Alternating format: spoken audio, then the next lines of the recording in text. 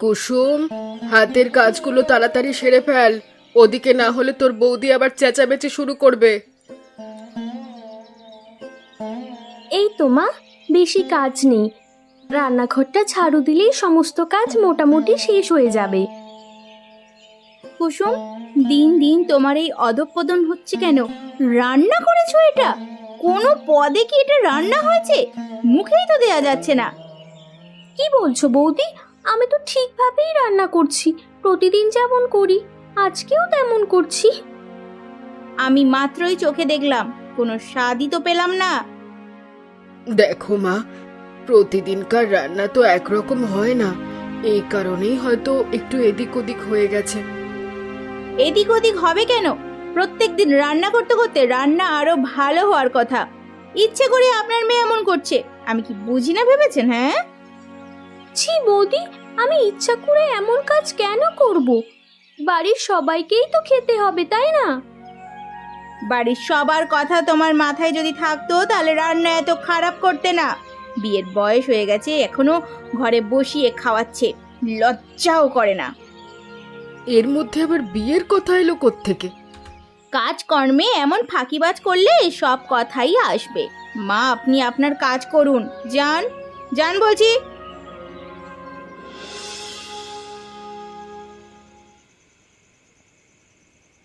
কি রে গোপাল, তুই এই সন্ধেবেলাতে এত কাজ করে এসে পান্তা ভাত খেতে বসে গেলি?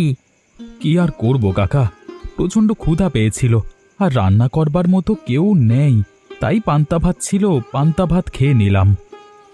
এভাবে আর কতদিন চালাবি তুই? সারাদিন এত কষ্ট করে কটা পান্তা ভাত খেয়ে পেট ভরে, তুই কি কিছু বুঝিস না? আমি আর কি বুঝবো কাকা, আমার আর কি বোঝবার থাকতে পারে বলো তো?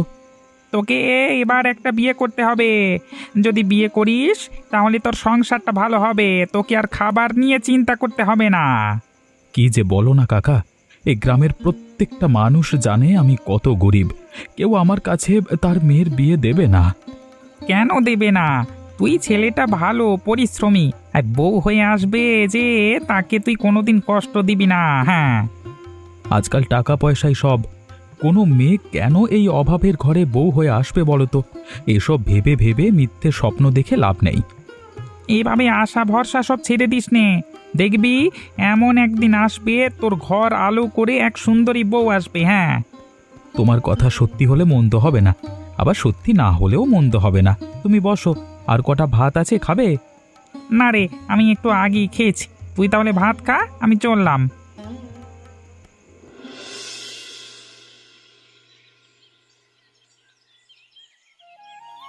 আরে, এই রোদের মধ্যে তুমি কাজ করছো? একটু চিরিয়ে নিলেও তো পারো। এই রোদের মধ্যে কাজ করতে তোমার কষ্ট হয় না? তোমাকে তো ঠিক চিনতে পারলাম না, তুমি কি জমিদারের মেয়ে নাকি? তেমনই তো মনে হচ্ছে। হ্যাঁ, আমি জমিদারের মেয়ে। তুমি হলে জমিদারের মেয়ে, তুমি কষ্টের কি বোঝো? আমাকে কত পরিশ্রম করে ফসল ফলাতে হয় তুমি জানো? নিজের শরীরকে এভাবে কষ্ট দিয়ে ফসল ফলিয়ে কোনো লাভ নেই, বুঝলে তো? এসব কিছু ভাববার মতো সময় আমাদের হাতে নেই। আমরা হলাম গরিব কৃষক, যত পরিশ্রম করব তত ভালো, না হলে খাবারও জুটবে না। পরিশ্রম করার জন্য আগে শরীরকে ঠিক রাখতে হয়। যাও, তুমি গিয়ে বিশ্রাম করো। আমি বিশ্রাম করলে আমার কাজ তুমি করে দেবে নাকি? যদি আমি এই কাজ করতে পারতাম তাহলে অবশ্যই করে দিতাম, সমস্যা হতো না। এমনিতেও বাড়িতে আমি অনেক কাজ করি। তোমাকে বাড়িতেও কাজ করতে হয়? আরে আমরা তো জানি জমিদারের বাড়িতে গোটা দশেক কাজের লোক এমনিতেই থাকে। তোমার ভাবনা ভুল। বাড়ির সমস্ত কাজ আমাকে আর মাকেই করতে হয়। আমাদের বাড়িতে কোনো কাজের লোক নেই। তাহলে আর গরিব বড় লোকের মধ্যে পার্থক্য রইল কোথায়? আমরাও পরিশ্রম করি, তোমরাও পরিশ্রম করো। আমরা পরিশ্রম করি নিজেকে বিশ্রাম দিয়ে, আর তোমরা নিজেকে বিশ্রাম দিয়ে পরিশ্রম করো না। সেসব কথা বলে লাভ নেই, আমাদের এখন মাথায় ওসব ঢুকবে না। হ্যাঁ, তাহলে আর কি করার, কাজ করো ভালোভাবে। রে কুসুম, কিছু বলবি নাকি? এভাবে এসে দাঁড়িয়ে আছিস যে? হ্যাঁ বাবা, তোমার সাথে জরুরি কিছু কথা ছিল, সেই কথাই বলতে এসেছি। কিন্তু কিভাবে যে বলবো। তা বল না, এভাবে আমতা আমতা করবার কি আছে? বলি ফেল, কিছু হবে না। বলছিলাম বাবা, আমার একটা ছেলেকে পছন্দ হয়েছে, আমি ওই ছেলেটাকে বিয়ে করতে চাই। সেই ব্যাপারেই তোমার সাথে একটু কথা বলতে এসেছি। তা ভালো, কিন্তু ছেলে কোথায় থাকে? নাম কি, বংশ পরিচয় কি?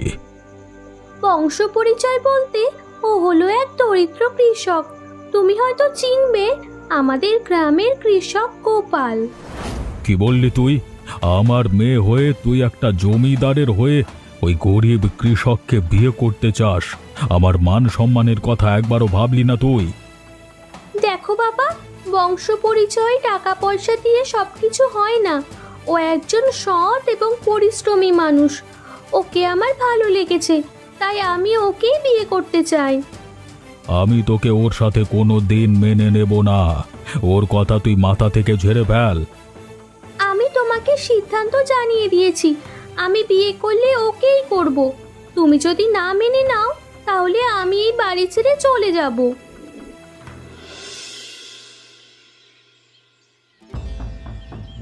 আরে, আপনি এত সকাল সকাল আমার বাড়িতে এসেছেন কেন? কি হয়েছে? আর আপনার হাতে ব্যাগপত্র কেন? আমি তোমার কাছে চলে এসেছি। তোমাকে আমার ভালো লাগে, আর আমি তোমাকেই বিয়ে করব। মানে, পাগল হয়ে গেছেন আপনি? আমি আপনাকে চিনি না, জানি না। আপনি আমাকে চেনেন না, অথচ আপনি এসে বলছেন আমাকে বিয়ে করবেন? চেনা জানার তো প্রয়োজন নেই।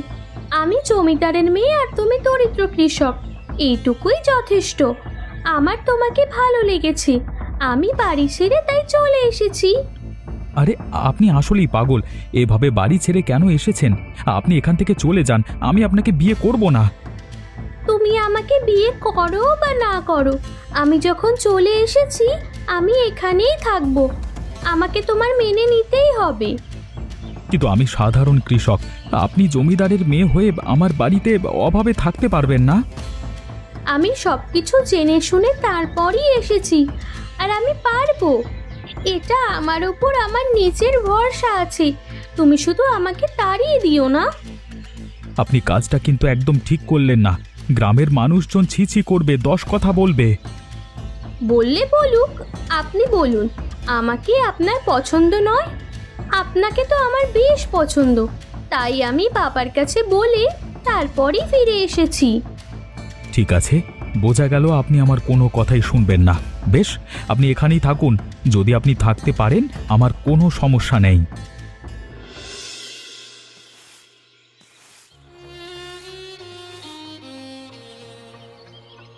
বাবা গো, উফ, জমিদারের মেয়ে হয়েও এই ভাঙা বাড়িতে থাকতে তো লজ্জা লাগে না কুসুম? আরে বৌদি, তুমি কখন এলে? এসো এসো, বসো। ওগো, দেখো আমার বৌদি এসেছে। আমি এখানে বসতে আসিনি। তুই ভাবলি কি করে? হ্যাঁ, কিভাবে এই গরিব ঘরে এসে আমি বসবো? আমি জমিদার বাড়ির বউ। তুমি এভাবে কথা বলছো কেন বৌদি? তুমি আমার শ্বশুর বাড়িতে এসেছো, তোমাকে আমি বসতে দেব না? যে না শ্বশুর বাড়ি, হ্যাঁ, শ্বশুর বাড়িতে নিজের থাকার জায়গা নেই, আবার অন্য একজনকে থাকতে দিচ্ছে। চল, তুই আমার সাথে বাড়িতে ফিরে চল। আমি তোমার সাথে বাড়িতে ফিরে যাব কেন? যাবো না তো কি করব? হ্যাঁ, গ্রামের লোকজন তোকে নিয়ে ছিছি করছে। জমিদারের মেয়ে হয়ে এই গরিব ঘরে এসে পড়ে আছিস, লজ্জা লাগে না তোর? দেখুন, আপনি কুসুমের বৌদি, সেই হিসেবে আপনাকে আমি অবশ্যই সম্মান করি। কিন্তু আপনি আমার সাথে আমার স্ত্রীকে এভাবে অপমান করতে পারেন না। বিয়ে হতে না হতেই বউয়ের জন্য দরদ দেখছি উদলে পড়েছে। হ্যাঁ, দেখো বৌদি, তুমি আমার স্বামীর সাথে এভাবে কথা বলতে পারো না। এসেছো, আপ্যায়ন করতে চেয়েছি, করতে দাওনি, তাই এখান থেকে এই মুহূর্তেই চলে যাও। আমি সুখে আছি। স্বামী স্ত্রী প্রেম দেখে গা পিত্তি একদম জ্বলে যায়। দেখবো দেখবো এই প্রেম কতদিন থাকে।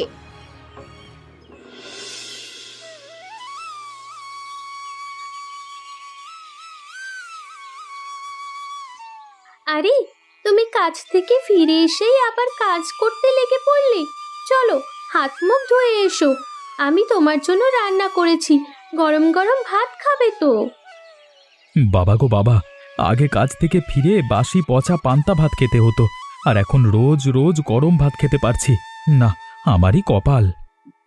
এতই যখন গরম ভাত খাওয়ার শখ, তাহলে গরম ভাত খাওয়ার জন্য হলেও প্রথমে আমাকেই মেনে নেওয়া উচিত ছিল তোমার। আরে বাবা, তখন তো আমি বুঝতে পারিনি তুমি জমিদারের মেয়ে হয়ে আমার এই অভাবের ঘরে থাকবে কিভাবে। থাকবো না কিভাবে? এই যে দেখো, আমাদের ঘর আমি কত সুন্দর করে সাজিয়েছি। ধীরে ধীরে তুমি আর আমি মিলে আমাদের ঘরটাকে আরো সুন্দর করে সাজাবো। ঠিক আছে ঠিক আছে, তুমি আমার সাথে থাকলে সবকিছুই সম্ভব। আমরা দুজনে একসাথে আমাদের সংসারটা সাজাবো। যে যাই বলুক না কেন, আমরা কারোর কথা শুনবো না। তাহলে যাও, হাত মুখ ধুয়ে এসো, আমি তোমার জন্য খাবার বাড়ছি। তুমি আর আমি একসাথে বসে খাবার খাবো। কিন্তু একটা কথা কুসুম, আমার বড্ড ভয় হয়। তোমার বাবা তো আমাদের সম্পর্কটা মেনে নেয়নি, কখন যে কি করে ফেলে কে জানে। সেসব নিয়ে তোমাকে এত ভাবতে হবে না। আমি যখন এসেছি আমি সব ঠিক করব। তুমি শুধু আমার পাশে থেকো। এখন যাও, কথা বাড়িও না।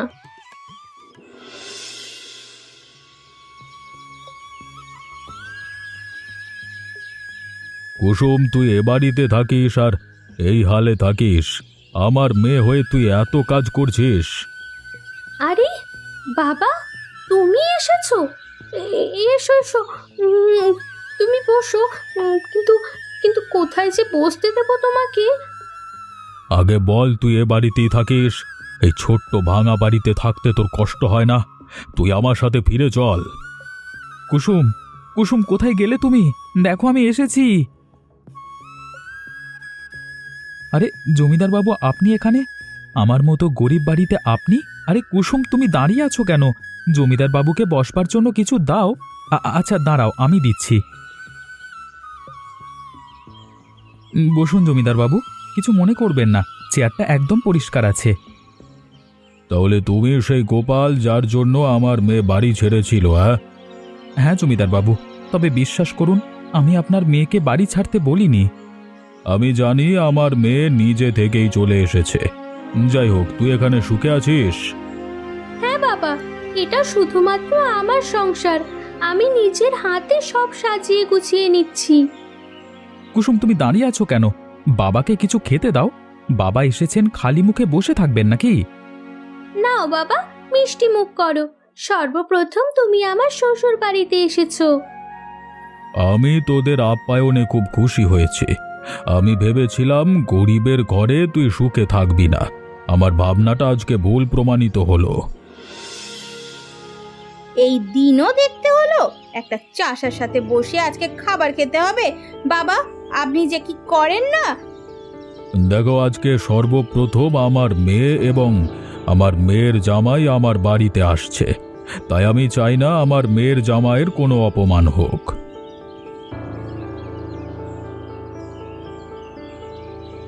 ওই যে আপনার গরিব মেয়ের জামাই চলে এসেছে, হাতে করে আবার একটা কি নিয়ে এসেছে দেখো না, এক হাঁড়ি ভর্তি মিষ্টি। সেটা না আনলেও চলতো, ওসব আমরা বাড়ির কুকুরেরাও খায় না, বুঝেছো? আহা সুনিতা, অনেকক্ষণ ধরে দেখছি তুমি আবোল তাবোল কথা বলে যাচ্ছ। এখন দয়া করে একটু চুপ থাকো তো। আমি কথা বললেই তো তোমাদের ফসকা পড়ে যায়। আমি যে সঠিক কথা বলি সেটা তোমার কেউ দেখতে পাও না নাকি? আরে গোপাল বাবা, তোমরা দাঁড়িয়ে আছো কেন? এসো এসো, বসো। কুসুম, জামাইকে দাঁড় করিয়ে রাখবি, বসতে দে না। এসব চাষা ভুষাদের সাথে আমি একসাথে বসে খেতে পারবো না। কিছু মনে করবেন না বাবা, আপনাদের রুচিতে এসব যায়, কিন্তু আমার রুচিতে এসব যায় না। এই ছোট লোক চাষিটার জন্য আমাকে কত কথা শুনতে হয়েছে গ্রামবাসীদের কাছ থেকে। আজকে আমি ওই কুসুম আর চাষিটাকে মেরে ফেলবো। ওরে বাবা গো, মা গো, জ্বলে গেলাম। কে কোথায় আছো? আমাকে বাঁচাও।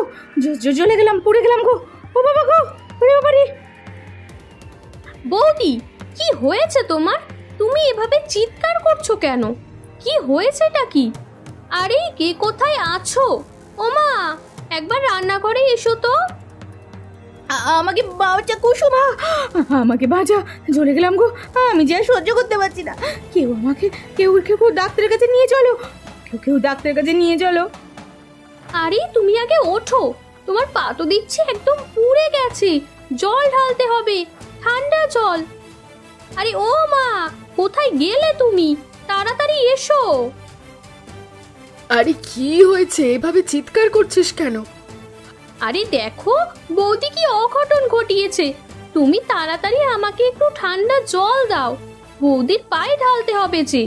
বৌদি তুমি তুমি ওঠো, এখানে এসে বসো। হায় উপরওয়ালা, এ তুমি কি অঘটন ঘটালে বৌমা? আস্তে কুসুম আস্তে, আমার পা ঝুলে গেছে রে, মনে হয় চামড়াটা পুরোটাই উঠে গেছে। আস্তে আস্তে জল ঢাল। উহ, উহ। চিন্তা করো না বৌদি, ঠান্ডা জল দিয়েছি, এখন ধীরে ধীরে জ্বালাটা কমে আসবে। আমি বরং দাদাকে বলে চিকিৎসার ব্যবস্থা করাচ্ছি, কেমন? এই পোড়াটা একদম জঘন্য হয়ে গেছে, এই পোড়ার চিকিৎসা করতে হবে, না হলে কিন্তু ভালো হবেই না।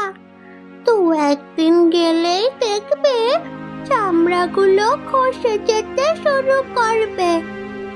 তাই মা, আজকের দিন তো চলেই গেল, কালকে শহর থেকে ভালো ডাক্তার আনবো, তারপর বৌদির চিকিৎসা করাবো। গ্রামের এসব হাতুড়ি ডাক্তার দিয়ে চিকিৎসা করাবো না। কুসুম, তুমি আমাকে নিয়ে এত চিন্তা করছো কেন? আমি তো তোমার ক্ষতি করার জন্যই রান্নাঘরের খাবারে বিষ মেশাতে গেছিলাম, আর তুমি কি না আমার সেবা করছো? বৌদি, তুমি তো এই বাড়িতে আসার পর থেকে আমি তোমাকে দিদি হিসেবেই মেনে নিয়েছি। তুমি যেমনই হও না কেন, তুমি তো আমার দিদির মতো।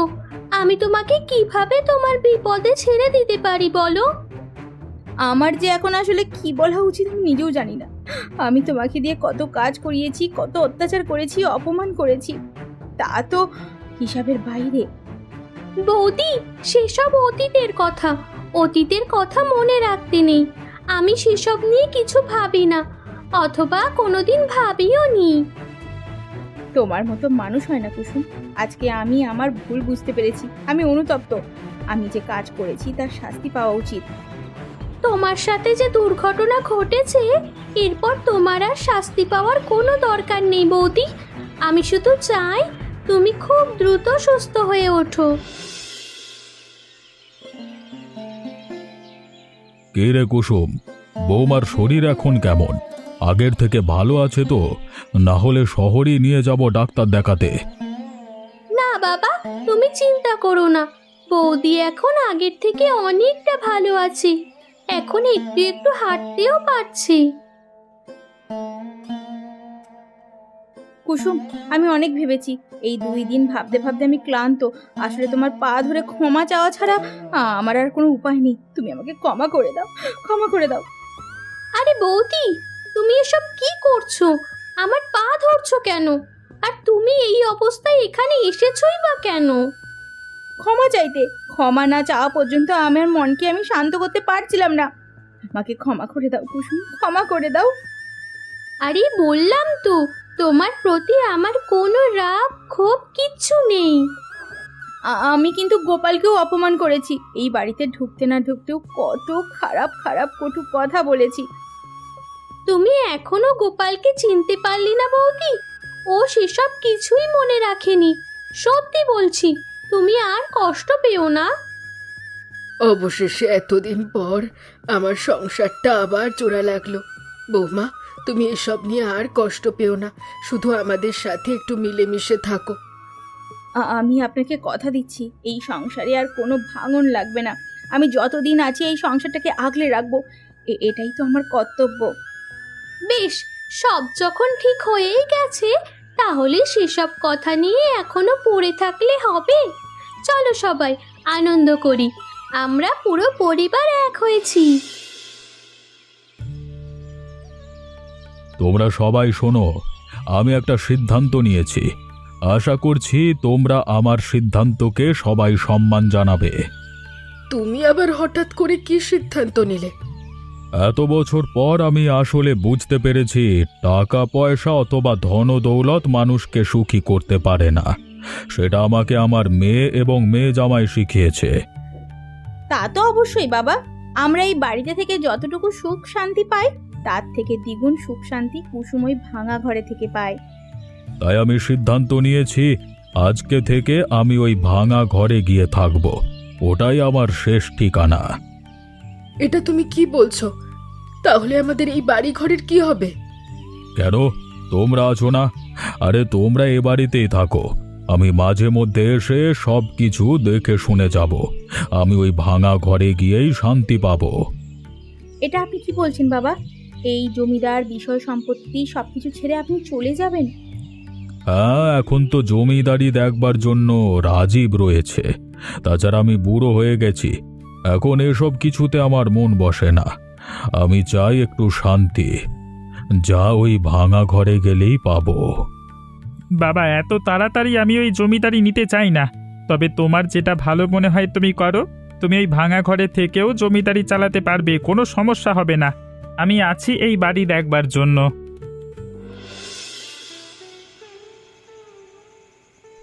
কি রে গোপাল, একদিন তোকে বলেছিলাম না খুব সুন্দরী একটা মেয়ে তোর ঘরের বউ হয়ে আসবে? আমার কথা মিলল তো? মিলল মানে? দেখো কিভাবে মিলে গেল, একদম জমিদার বাড়ির মেয়ে এসে আমার ঘরে উঠে গেছে। হ্যাঁ, ভাগ্যিস সেদিন তোমাকে কাজ করতে দেখে ভালো লেগেছিল, না হলে কি আর জমিদার বাড়ির মেয়ে নাগাল পেতে তুমি? আমার জামাইও কিন্তু কম না। আমরা যতটা পরিশ্রম করি তার থেকে শতগুণ বেশি পরিশ্রম করে আমার জামাই। এমন একটা জামাই পাওয়া ভাগ্যের ব্যাপার। আজকে বুঝতে পারলাম, আসলে ওই বড় অট্টালিকার অহংকার নিয়ে থাকার থেকে এই ভাঙা ঘরে সবার সাথে মিলেমিশে থাকার আনন্দটাই বেশি।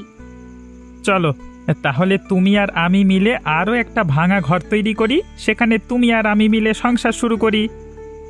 এতে আমার অবশ্য কোনো সমস্যা নেই, কারণ তোমার বাবা এখন এই ভাঙা ঘরেই থাকতে শুরু করেছে। তাহলে আমরা পারবো না কেন? হ্যাঁ, আপনাদের কাউকে কোথাও থাকতে হবে না, সবাই মিলে এখানে থাকুন। আমি নতুন করে একটা পরিবার পেয়েছি, এটা যে আমার কত আনন্দের তা আপনাদের বোঝাতে পারবো না। এমনই মজার মজার গল্প দেখতে আমাদের চ্যানেলটিকে সাবস্ক্রাইব করতে ভুলবেন না। আচ্ছা বলো তো বন্ধুরা, এই গল্পে সুনিতা বৌদির সাথে কিভাবে দুর্ঘটনা ঘটেছিল?